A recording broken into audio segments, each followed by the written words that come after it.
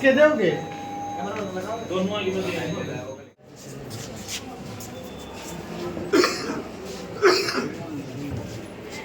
Seasonal flu चला हुआ है, क्या ये कुछ देखिए हिदायतें हैं? लगातार जो बढ़ती हुई ठंड है और पिछले लगभग काफ़ी दिनों से 2-3 सप्ताह हो गए हैं कि जो सूर्य देवता के दर्शन नहीं हो पा रहे हैं। बढ़ती हुई ठंड और जो शीत लहर है इसका प्रकोप लगातार जारी है, जिसकी वजह से जो फ्लू के जो सिम्टम्स हैं वो पेशेंट्स के अंदर ज़्यादातर देखने में आ रहे हैं। और शीत लहर के चलते जो निमोनिया है वो उस तरह के पेशेंट भी हमारे पास जो है वो रिपोर्ट कर रहे हैं।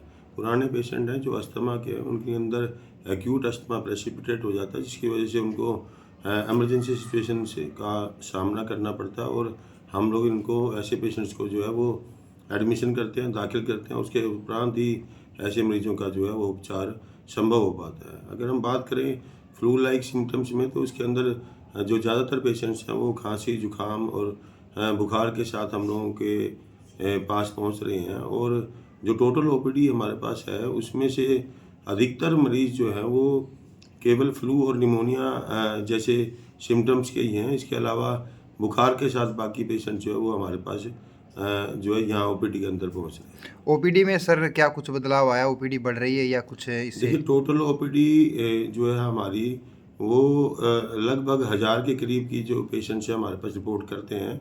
और टोटल ओपीडी जहाँ पेशेंट जो है वो घर से बाहर निकलने में असमंजस और संकोच करते हैं शीत लहर और ठंड के चलते, वहीं अगर हम बात करें कि बढ़ने की ओपीडी की, तो जो यूआरआई, निमोनिया या अस्थमा के जो पेशेंट्स हैं उनकी ओपीडी के अंदर लगभग 10 से 20% जो है इजाफा हुआ है। यानी कि इस तरह के जो पेशेंट्स हैं फ्लू लाइक या निमोनिया के वो बढ़े हैं।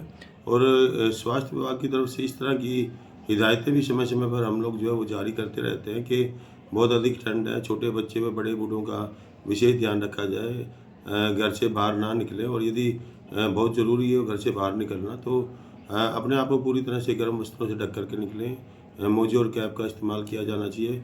गर्म चीज़ों का खाने पीने में सेवन करते रहें। रात को सोने से पहले जो स्टीम और भाप लें। और पानी भी जहाँ तक हो सके वो थोड़ा सा गर्म करके अगर निवाया करके हम लोग सेवन करें तो वो स्वास्थ्य के लिए लाभकारी हो।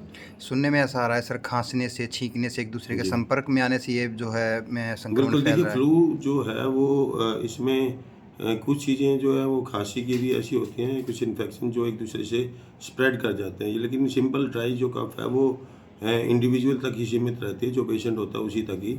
और जो जुकाम में, जिसमें फ्लू में जुकाम हो जाता है, वो जुकाम जो है वो एक दूसरे से फ्लू लाइक सिम्टम वो स्प्रेड होने के चांसेस ज़्यादा होते हैं। यानी कि खांसने और छींकने से वो एनवायरनमेंट में जो है आसपास के एरिए में रह जाते हैं और दूसरे व्यक्ति जो उसके संपर्क में आते हैं उस व्यक्ति को भी ये फ्लू लाइक सिम्टम्स हो सकते हैं।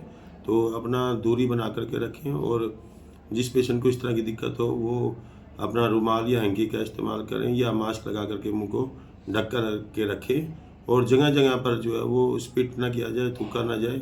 और छींक आए तो उसको रुमाल से या मास्क से कवर किया जाना चाहिए। Thank you sir.